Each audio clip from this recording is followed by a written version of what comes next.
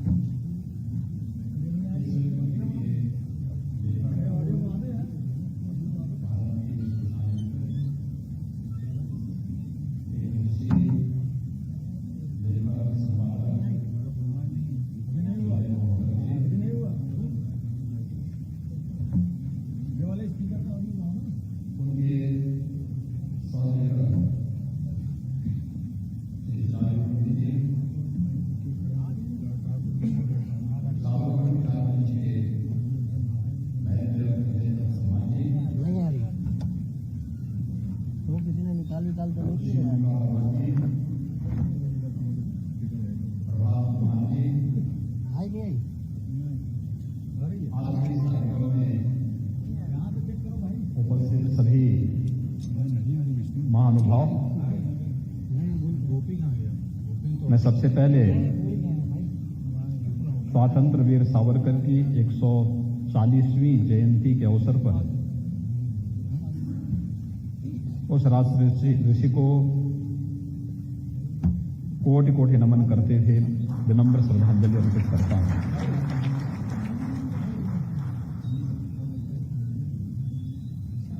मित्रों, जब वीर सावरकर की बात होती है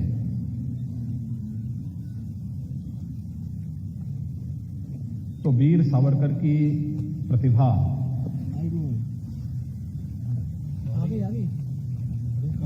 को छुपाने का प्रयास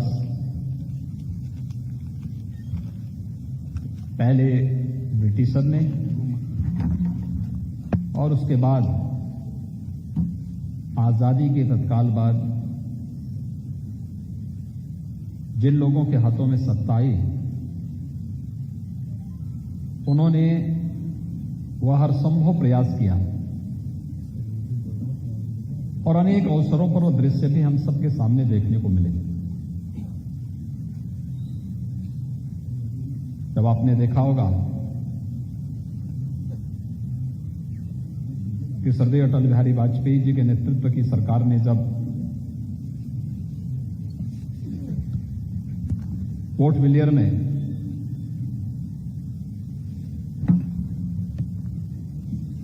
सेलुलर जेल में एक स्मृतिका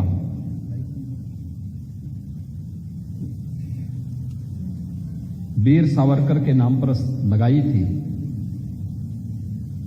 तो उसके बाद आने वाली कांग्रेस नेतृत्व की सरकार ने उसे वहां से हटा करके इस राष्ट्र नायक को अपमानित करने का काम किया था। अनेक ऐसे अवसर आए, लेकिन वीर सावरकर की जब मैं चर्चा करता हूं, यह देश जब वीर सावरकर को जानता है तो 20वीं सदी का एक ऐसा महानायक, दुनिया में उनके समकक्ष कोई उस सदी में नहीं पैदा हुआ था।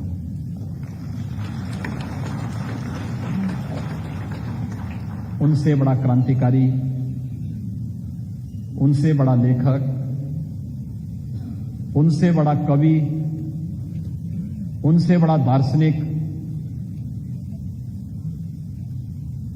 यानी सभी प्रकार के उन गुणों से ओतप्रोत जिसे आप एक असामान्य स्थिति कह सकते हैं। सामान्य व्यक्ति के अंदर इस प्रकार के गुण नहीं हो सकते। एक ही जन्म में दो आजीवन कारावास की सजा, सेलुलर जेल में वे स्वयं बंद हैं, उनका भाई भी बंद है, लेकिन कई वर्षों तक उन्हें पता नहीं लगा कि मेरा भाई भी यहां बंद है।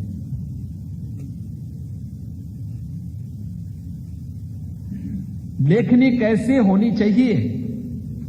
सेलुलर जेल की उस कोठरी में, उस कोठरी, छोटी सी कोठरी में, उनके पास कागज नहीं, उनके पास कलम नहीं,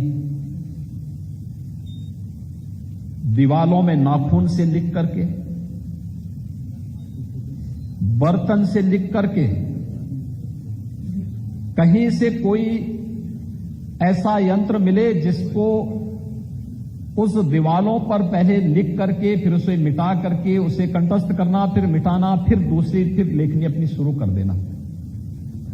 ऐसी अनेक कृतियों का सृजन उन्होंने उस कोठरी के पास किया।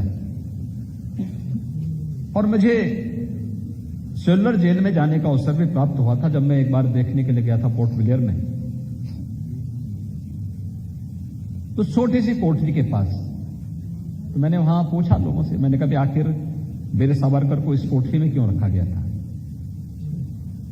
कहा इसलिए क्योंकि ब्रिटिशर उनसे सबसे अधिक भयभीत होते थे और कोठरी ऐसे स्थान पर थी जहां ठीक सामने फांसी दी जाती थी, क्योंकि वहां पर नियमित क्रांतिकारियों को फांसी दी जाती थी और उनके चिल्लाने की आवाज उनके कानों में नियमित गूंजती रहे, इसलिए उन्हें उस कोठरी में रखा गया था।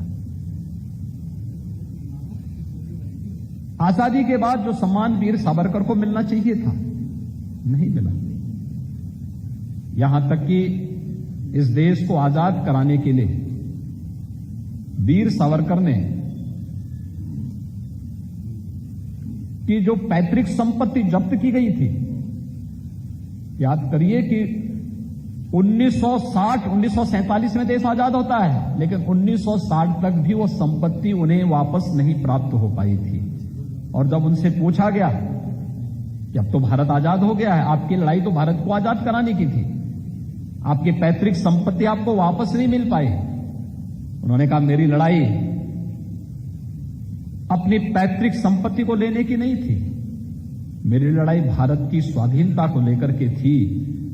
और भारत, 3/4 भारत हम लोग वापस ले चुके हैं और अभी हमारी लड़ाई 1/4 भारत की ओर है।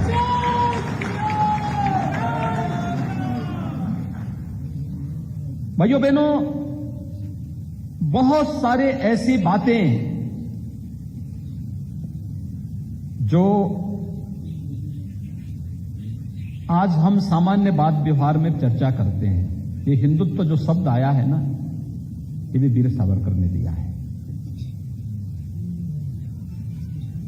हिंदी व्याकरण के बहुत सारे ऐसे शब्द हैं जो वीर सावरकर की देन है। हिंदू की परिभाषा क्या हो सकती है? एक बिना किसी विवाद की एक ऐसी परिभाषा, सिंधु सिंधु पर्यंता यस्य भारत भूमिका पितृभू पुण्य भू सेवा सवे हिंदू रीति। इस परिभाषा को भी अगर किसी एक युग दृष्टा राष्ट्र ऋषि ने इस भारत को दी और सनातन हिंदू धर्मावलंबियों को दी कि आपकी वास्तविक पहचान क्या है और कैसे आपको हिंदू कहा जाएगा, यह भी वीर सावरकर की देन है।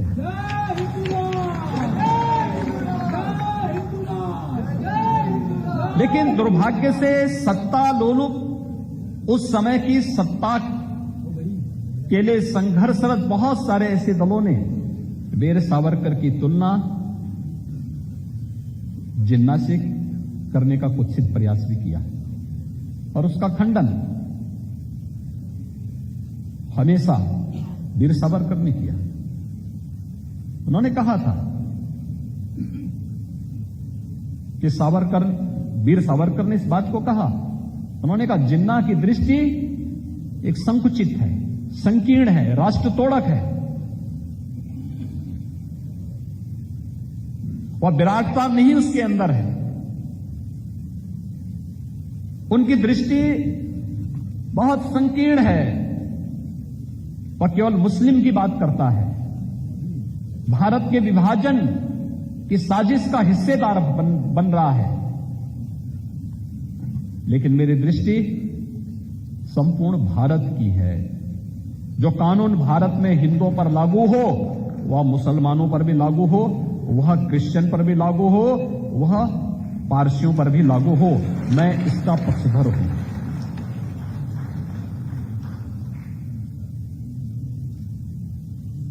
यानी उस कालखंड में भी वह व्यक्तित्व किस रूप में भारत के बारे में चिंता कर रहा है।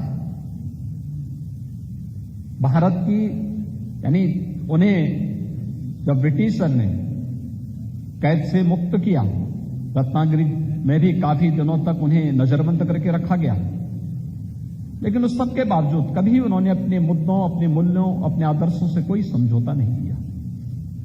अपने विजन के लिए लगातार कार्य करते रहे। राष्ट्रपिता महात्मा गांधी, नेताजी सुभाष चंद्र बोस और भारत माता की उस समय की तत्कालीन तमाम राष्ट्रीय नेताओं के साथ उनका संवाद, उनका संपर्क ये लगातार बना रहा है।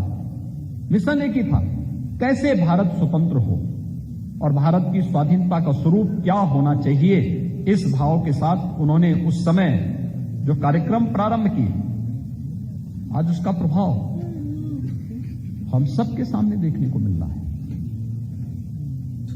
विचार कभी मरते नहीं हैं, और विचार इसलिए नहीं मरते क्योंकि हमारे मनीषियों ने ब्रह्म को सत्य माना है।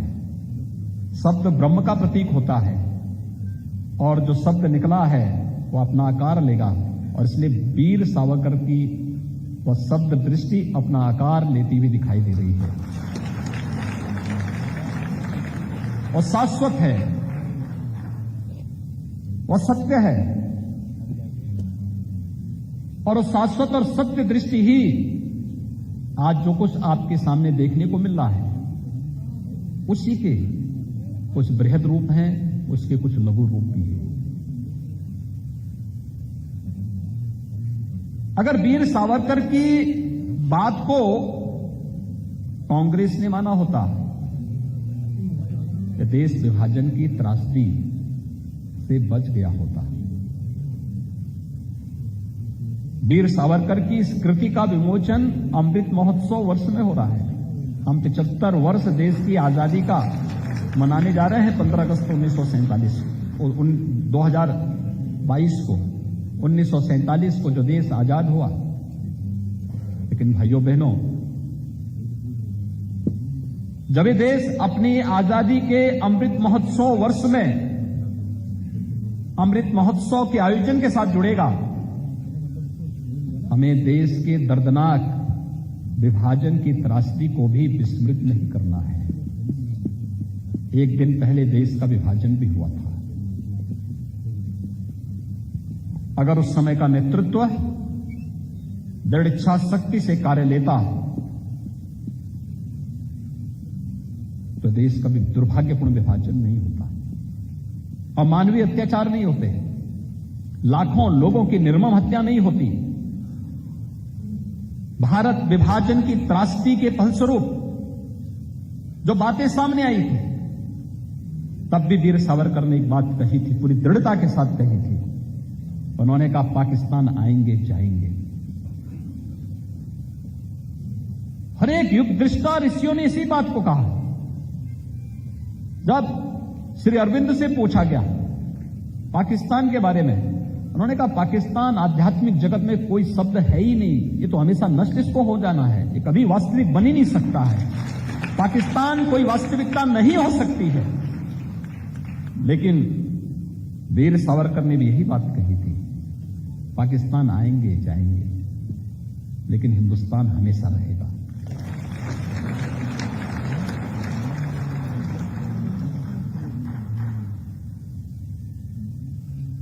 हिंदुस्तान के बारे में उस समय की विभाजन की त्रासदी को देखते हुए भी जिस मजबूती के साथ उन्होंने इस बात को कही थी, मुझे लगता है हर भारतीय को उस दृष्टिकोण को अपनाने की आवश्यकता है। नेशन फर्स्ट की थ्योरी यही आज की वास्तविकता है। आदरणीय प्रधानमंत्री जी जब अमृत महोत्सव वर्ष के साथ पूरे देश को जोड़ रहे हैं, आयोजन केवल 15 अगस्त 2022 का नहीं है, आगामी 25 वर्षों का है, अमृत काल का है। इन 25 वर्षों में भारत को हमें कहां लेके जाना है, और उन 25 वर्षों का एक विजन हम सबके सामने बहुत स्पष्ट होना चाहिए। अगर नेशन फर्स्ट की इस थ्योरी को हमने अपनाया होता 1947 में, देश का विभाजन नहीं होता। नेशन फर्स्ट की थ्योरी को अगर हमने अपनाया होता 1962 में, चीन की हिम्मत नहीं थी कि वह भारत पर हमला कर पाता। नेशन फर्स्ट की नीति को हमने अपनाया होता 1965 में, बहादुर सैनिकों के द्वारा पाकिस्तान पर विजय के बाद भी समझौते के टेबल पर भारत के सामने वह स्थिति नहीं पैदा होती जो आतंकवाद और उग्रवाद के रूप में पूरा देश झेल रहा है। 1971 के नेशन फर्स्ट की थ्योरी को भारत ने अपनाया होता तो युद्ध में पाकिस्तान के 95,000 सैनिकों को आत्मसमर्पण के लिए मजबूर करने के लिए भारत के बहादुर सैनिकों के इस प्रयास पर पाकिस्तान अपनी धूर्ततापूर्ण कुदृष्टि से आज भी भारत के अंदर आतंकवाद और उग्रवाद को प्रेरित और प्रोत्साहित करने का दुस्साहस नहीं कर पाता है। यानी हम हमेशा कही जाती थी कि हम तो हमारे सैनिक जीतते थे, लेकिन तुष्टीकरण की नीति के नाते हम लोग हमेशा समझौते की टेबल पर हार जाते थे, और यही तो होता रहा। पर सावरकर की दृष्टि थी जो बार बार आगाह करती थी। और इस पुस्तक के बारे में जो आज यहां पर इस कृति को उदय जी ने और चिरायु जी ने जो कृति यहां पर दी वीर सावरकर के बारे में, मेरे लिए इसलिए महत्वपूर्ण है क्योंकि उत्तर प्रदेश में वीर सावरकर का पहला आगमन गोरखपुर में हिंदू महासभा के किसी कार्यक्रम में हुआ था। गोरखपीठ के द्वारा आयोजित कार्यक्रम में ही, उस आयोजन में 1946 में गोरखपुर में हुआ था, और उस समय वीर अद्भुत व्यक्तित्व था। यानी कुछ परिवार ऐसे थे जिन्होंने स्वतंत्र लक्ष्मी के लिए अपना सब कुछ समर्पित कर दिया था, हो सकता है लोगों ने उसको अपने अनुसार परिभाषित करने का प्रयास किया हो, लेकिन सच्चाई यह थी कि वीर सावरकर कभी भी अपने मूल्यों और आदर्शों से समझौता नहीं किए। इतिहास में आज भी क्या पढ़ाया जाता है? 1857 के प्रथम स्वातंत्र समर को यह सैनिक विद्रोह था, या उसको कमतर करके आंकने का प्रयास हुआ। पहली बार किसी एक क्रांतिकारी ने कहा था, नहीं, ये केवल विद्रोह नहीं है, ये समग्र भारत में एक साथ लड़ा जाने वाला भारत का प्रथम स्वतंत्र समर है। और 1857 के प्रथम स्वतंत्र समर के रूप में फिर उन्होंने जो अपनी लेखनी की, अद्भुत है। प्रतिबंधित हुए अनेक कृतियां उनकी अंग्रेजों के द्वारा प्रतिबंधित की गई, जब्त की गई, लेकिन सावरकर तो सावरकर थे। उनकी कृतियों को कितना भी अंग्रेज नष्ट करते थे, वे इतना उनको कंठस्थ रहता था, वो दूसरा फिर उसका तैयार कर लेते थे। अंग्रेज परेशान थे, वीर सावरकर का बाल बांका नहीं कर पाए थे।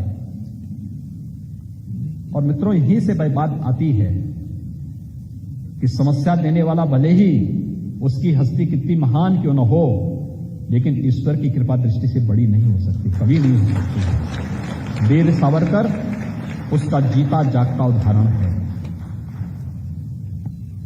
अनेक विपरीत परिस्थितियों में कार्य करते हुए अंततः 1966 में भी जब उनका प्रयाण होता है, यानी 26 दिनों तक लगातार निराजल उन्होंने अनुष्ठान करके अपने को होम किया था, राष्ट्र के लिए समर्पित कर दिया। उनकी दिव्य दृष्टि, उनकी कृतियां, उनके वक्तव्य आज भी पूरे भारत को एक नई दृष्टि दे रहे हैं, एक नया मार्गदर्शन दे रहे हैं। मित्रों, जितने भी ये कार्यक्रम चल रहे हैं, आपने देखा होगा, लोग कहते थे ना कि कश्मीर से धारा 370 समाप्त नहीं हो सकती, आज तो हो गई ना।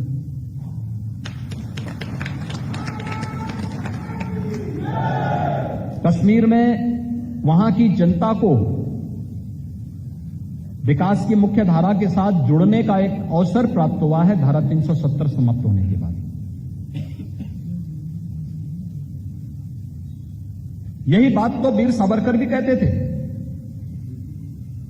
आपने देखा होगा, जब यहां पर वीर सावरकर की एक कृति यहां पर प्रारंभ में स्त्रोत के रूप में गायन हो रहा था, जिसमें मां भगवती का अनुष्ठान भारत की स्वतंत्रता के लिए, स्वातंत्र लक्ष्मी को प्राप्त करने के लिए यहां पर वाचन हो रहा था। आपने देखा होगा, लक्ष्य एक ही, कैसे भारत को स्वतंत्रता प्राप्त हो। वीर सावरकर की ही कृति थी। एक ही लक्ष्य है, नेशन फर्स्ट के उस अभियान के साथ उन्होंने अपना पूरा जीवन समर्पित किया। और मित्रों, वीर सावरकर का एक पूरा जीवन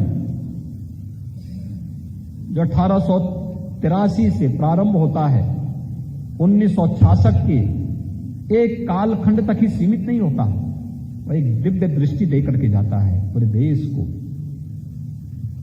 आज कश्मीर विकास की एक मुख्य धारा के साथ जुड़ करके आगे बढ़ रहा है। अयोध्या में श्री राम जन्मभूमि पर मर्यादा पुरुषोत्तम भगवान श्री राम के भव्य मंदिर का निर्माण, यह वही दृष्टि प्रस्तुत करता है जो आजादी के तत्काल बाद होना चाहिए। आपने देखा होगा, जो वीर सावरकर कहते थे कि मेरा हिंदुत्व किसी संकुचित दायरे में कैद नहीं होता है, जो ये कहता हो कि केवल हिंदुओं को ये मिलना चाहिए, शेष को नहीं मिलना चाहिए। मेरा हिंदुत्व कहता है कि भारत के हर नागरिक के प्रति एक समदृष्टि हो। मेरे लिए कोई अल्पसंख्यक और बहुसंख्यक नहीं, जो भारत का नागरिक है उसको भारत के प्रत्येक संसाधन में समान अधिकार और समान न्याय मिलना चाहिए। यह दृष्टि वीर सावरकर की थी और हम लोगों ने उत्तर प्रदेश में इसको लागू किया। आपने देखा होगा, अभी हाल ही में कुछ घटनाएं घटित हुई, कुछ चीजें सामने आई होंगी। रामनवमी के अंदर पूरे देश के अंदर कुछ स्थानों पर दंगे करने का प्रयास हुआ था, दंगे हुए, उत्तर प्रदेश के अंदर नहीं हुआ। हमने कहा भी देखो, आपको पूजा करनी है अपने धर्मस्थलों पे करिए, और एक जितने भी उपासना पद्धतियां वो अपने अपने धर्मस्थलों पर अपना अनुष्ठान करें। सड़क न पूजा के लिए होगी न नमाज के लिए होगी, सड़क आवागमन के लिए ही होगी। आज सड़कें आप देख रहे होंगे, प्रत्येक नागरिक के आवागमन को सरल बना रहा है। ये प्रदर्शन की जगह नहीं हो सकती। हम अपने स्वयं की आस्था पर सड़क चलने वाले व्यक्ति पर नहीं थोप सकते। और मैं अभिनंदन करूंगा उत्तर प्रदेश की 25 करोड़ जनता का और उन सभी धर्मगुरुओं का जिन्होंने इसको लागू किया। उत्तर प्रदेश की सड़कों पर अब कोई धार्मिक कार्यक्रम नहीं होते, अलविदा की नमाज भी नहीं हुई, कोई आयोजन नहीं है।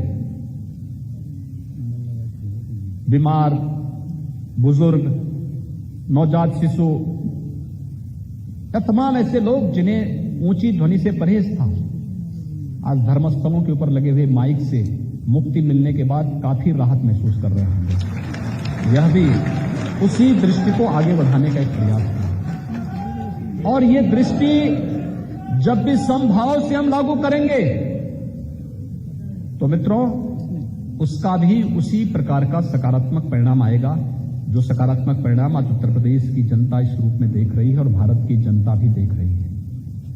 उस सकारात्मक प्रयास को लेकर के हमें आगे बढ़ाना होगा और उस सकारात्मक प्रयास के लिए मुझे लगता है वीर सावरकर की दृष्टि आज भी प्रासंगिक है और युगों युगों तक प्रासंगिकता उसकी बनी रहेगी, क्योंकि सावरकर की ही दृष्टि भारत को फिर से किसी विभाजन की त्रासदी से रोक सकती है और भारत को अगर किसी अन्य ऐसी त्रासदी से बचाना है तो हमें वीर सावरकर के उस दर्शन को अपनाना पड़ेगा जो वीर सावरकर ने आज से दशकों पूर्व इस देश को दिया था।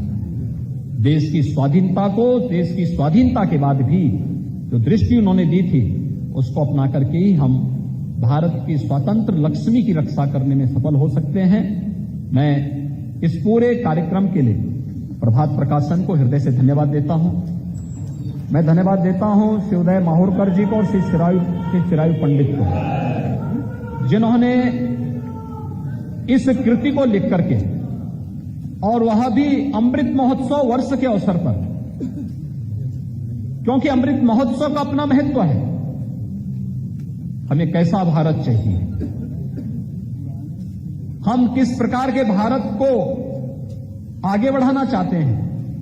याद रखना, जैसा भारत होगा वैसे ही हमारा भविष्य भी होगा और वैसे ही हमारी आने वाली पीढ़ी का भविष्य भी होगा।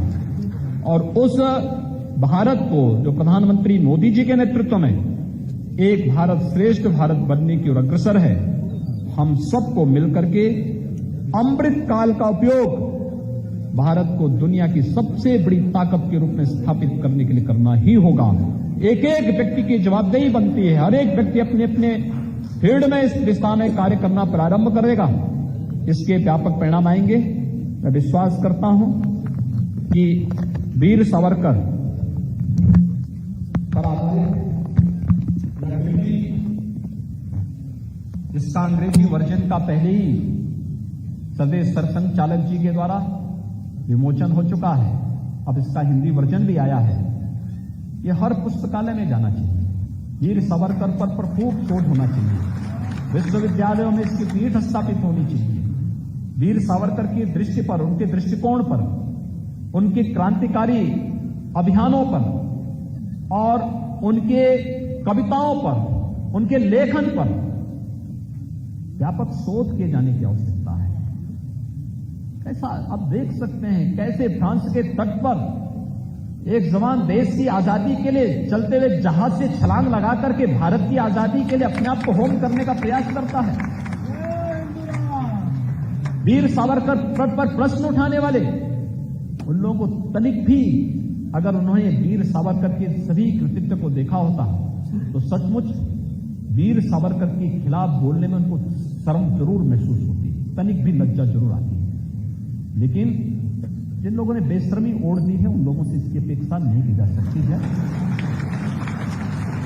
और मैं उम्मीद करता हूं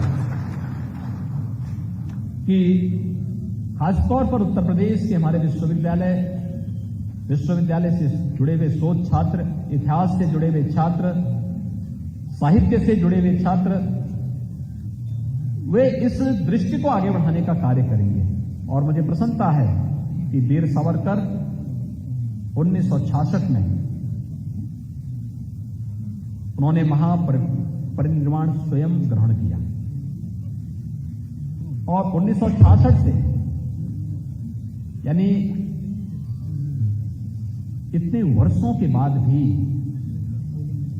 वीर सावरकर की प्रासंगिकता हम सब के बीच में और पहले से ज्यादा महत्वपूर्ण स्थिति में आज वीर सावरकर का स्मरण हम सब के सामने होता हुआ दिखाई दे रहा है। और यही बात तो डॉक्टर लोहिया ने कही कि अगर कोई व्यक्ति 50 वर्ष के बाद श्रद्धा और सम्मान के साथ स्मरण किया जाता है तो मान करके चलिए कि कोई सामान्य व्यक्ति नहीं होगा, असामान्य व्यक्ति होगा। और वीर सावरकर पे ये बात अक्सर सही बैठती है कि 1966 के बाद आज हम 56 वर्ष के बाद वीर सावरकर का स्मरण कर रहे हैं और उनके प्रति श्रद्धान्वित हो रहे हैं, उनके कृतित्व और व्यक्तित्व को नमन कर रहे हैं। उनकी 140वीं जयंती पर यह हम सबका सौभाग्य हुआ है कि यहां पर मुझे इस कृति के विमोचन का अवसर प्राप्त हुआ है, क्योंकि मेरे लिए इसलिए भी महत्वपूर्ण है क्योंकि गोरखपीठ उस दृष्टि को लेकर के ही चला था। मेरे दादा गुरु महंत दिग्विजयनाथ जी 1921 तक कांग्रेस के नेतृत्व में चलने वाले स्वाधीनता आंदोलन के अभिन्न हिस्से थे। चोरी चोरा की ऐतिहासिक घटना के वे साक्षी थे और उस समय की घटनाओं के साथ आगे बढ़ते हुए जब खिलाफत आंदोलन के समर्थन में के विरोध में उस समय समर्थन में गांधी जी के अभियान को और कांग्रेस की नीतियों को देख करके इन लोगों ने देखा कि कांग्रेस तो इस देश को संभावित विभाजन की ओर लेके जाती है, तो कांग्रेस से इन्होंने 1921 के बाद अपना नाता तोड़ लिया और फिर 1937 में जब वीर सावरकर ने हिंदू महासभा की सदस्यता ग्रहण की तो उनके साथ ही कोई और उनके साथ वीर हिंदू महासभा के साथ जुड़ने वाले लोग थे, तो उसमें महंत दिग्विजयनाथ जी भी एक थे, जो बाद में पहले उत्तर प्रदेश जो संयुक्त प्रांत था उसके अध्यक्ष बने। 1946 में जो गोरखपुर का बृहद सम्मेलन हुआ था जिसकी अध्यक्षता एनसी चटर्जी जी ने किया था। एनसी चटर्जी लोकसभा के पूर्व स्पीकर सोमनाथ चटर्जी के पूज्य पिता थे। उन्होंने उसकी अध्यक्षता की थी। वीर सावरकर जी और अन्य तमाम ऐसे महानुभाव उस कार्यक्रम में वहां पर उपस्थित हुए थे और फिर उसके बाद 1960-62 के बीच में महंत दिग्विजयनाथ जी हिंदू महासभा के राष्ट्रीय अध्यक्ष के रूप में भी उन्होंने फिर नेतृत्व दिया था। एक ही दृष्टि थी, चाहे वह दृष्टि राम जन्मभूमि की मुक्ति का रहा हो या उससे पहले भारत की स्वाधीनता का रहा हो या उससे पहले भारत के मानबिंदुओं की पुनर्स्थापना के साथ साथ भारत को भारतीय दृष्टि से हम देखने का प्रयास करें और भारत को भारतीय दृष्टि से देखने का जो परिणाम है उसके बेहतर परिणाम भी देखने की जो स्थिति है उसके बेहतर परिणाम भी हम सबके सामने आएंगे और यह आज पूरा भारत देख रहा है। जब भारत को भारत की दृष्टि से देखने का परिणाम है कि जब भी दुनिया के अंदर कोई संकट आता है पूरी दुनिया आज प्रधानमंत्री मोदी जी की तरफ देख रही है। ये भारतीय दृष्टि यही है। भारत को भारत की दृष्टि से देखने का परिणाम आज हम सब देख रहे हैं। हम सबका सौभाग्य है। अमृत महोत्सव वर्ष में इस कृति के विमोचन के लिए मैं लेखक द्वय को हृदय से अभिनंदन करता हूं। कृति के लिए उनका अभिनंदन करता हूं, बधाई देता हूं। प्रभात प्रकाशन ने सावरकर समग्र के नाम पर सावरकर की सभी कृतियों को सावरकर समग्र के रूप में प्रकाशित किया और मैं उस समय सांसद था। उस समय मुझे प्रभात जी ने वे सभी जो भी सावरकर समग्र के रूप में जितना भी प्रकाशन था उन्होंने मुझे उपलब्ध करवाया था दिल्ली में। मैं सांसद के रूप में उस समय दिल्ली में रहता था और प्रभात प्रकाशन के साथ मेरे बहुत निकट के संबंध थे उस समय, क्योंकि मुझे इस प्रकार की राष्ट्रीयता से ओतप्रोत जो भी साहित्य होता था उसको देखने, नए प्रकाशन को समझने, उसको पढ़ने, ये सबको मुझे उसमें मेरी रुचि थी, तो मुझे प्रकाशन अक्सर उनके यहां से प्राप्त हो जाता था। मैं धन्यवाद दूंगा कि उन्होंने वीर सावरकर की समग्र सावरकर यानी वीर सावरकर पर सावरकर समग्र को प्रभात प्रकाशन ने प्रकाशित किया और प्रभात प्रकाशन के माध्यम से ही यह कृति भी हम सबके सामने आई है। मैं विश्वास करूंगा कि सभी पुस्तकालयों में, महाविद्यालयों में, विश्वविद्यालयों में यह कृति जाकर के आज के नौजवानों को वीर सावरकर की दृष्टि से इसको समझने, उस पर शोध करने, उस पर शोध पत्र लिखने और फिर कुछ नवीन सोच के साथ उसकी वर्तमान परिप्रेक्ष्य में उसकी क्या उपयोगिता हो सकती है, इसको आगे बढ़ाने में मदद मिलेगी। मैं एक बार फिर से लेखक द्वय सुदय माहूरकर जी का, चिरायु पंडित जी का हृदय से अभिनंदन करता हूं। इस कृति के लिए उन्हें हृदय से बधाई देता हूं। और आप सभी को भी मैं चाहूंगा कि अवश्य वीर सावरकर को आप एक बार पढ़िए। भारतीय दृष्टि क्या है, मैंने कुछ ही उदाहरण आपके सामने दे, समय की बाध्यता आपके लिए भी मेरे लिए भी, लेकिन बहुत सारी ऐसी चीजें आपको देखने को मिलेंगी जो वीर सावरकर ने हम सबको दी, इस देश को दी, इस देश की दृष्टि को बदल करके रख दिया था उस क्रांतिकारी ने।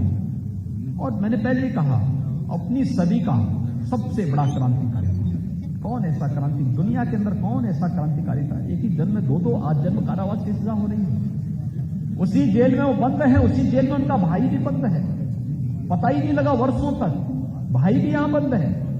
उनको तो लगता था कि मैं अकेले ही हूं, लेकिन एक बार जब उन्हें कोलू पे जोता जा रहा था और जब वहां से निकले, उन्होंने देखा कि उनका भाई भी थाली लेकर के खड़ा है पंक्ति में। उन्होंने कहा यहां कैसे? उन्होंने कहा मैं भी यहां देश की आजादी के लिए काम कर रहा हूं, देश की आजादी के लिए मुझे भी सजा मिली। यानी ऐसे ऐसे परिवार थे, एक ही परिवार के कई कई लोग एक ही जेल में कैद हैं, लेकिन पता ही नहीं लग रहा है एक भाई को दूसरे भाई से मिलने का भी अवसर नहीं दिया गया।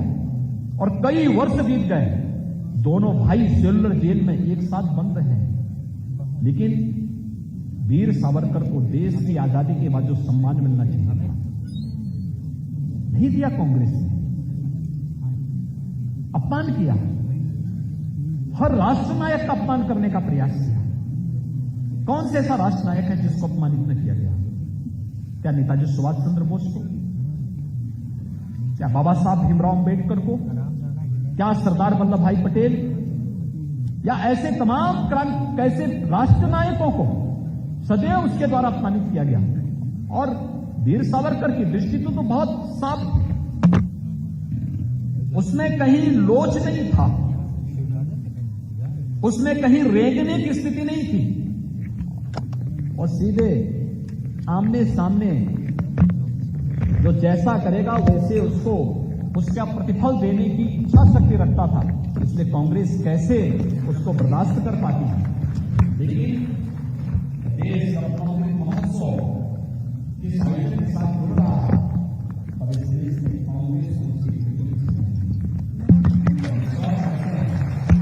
देश के साथ गद्दारी करने वाले हर व्यक्ति को उसकी सजा ये देश अवश्य देगा। इस विश्वास के साथ मैं एक बार फिर से लेखक बेटा वीर सावरकर पर आधारित हृदय से बधाई देता हूं और विश्वास व्यक्त करता हूं कि आप सभी इस कृति को अवश्य अवलोकन करेंगे, इसको देखेंगे और वीर सावरकर के बारे में पढ़ करके, जान करके आने वाली अपनी वर्तमान और भावी पीढ़ी को भी उस मार्ग का अनुसरण करने के लिए प्रेरित करेंगे। आप सबकी प्रति मेरी शुभकामनाएं। धन्यवाद।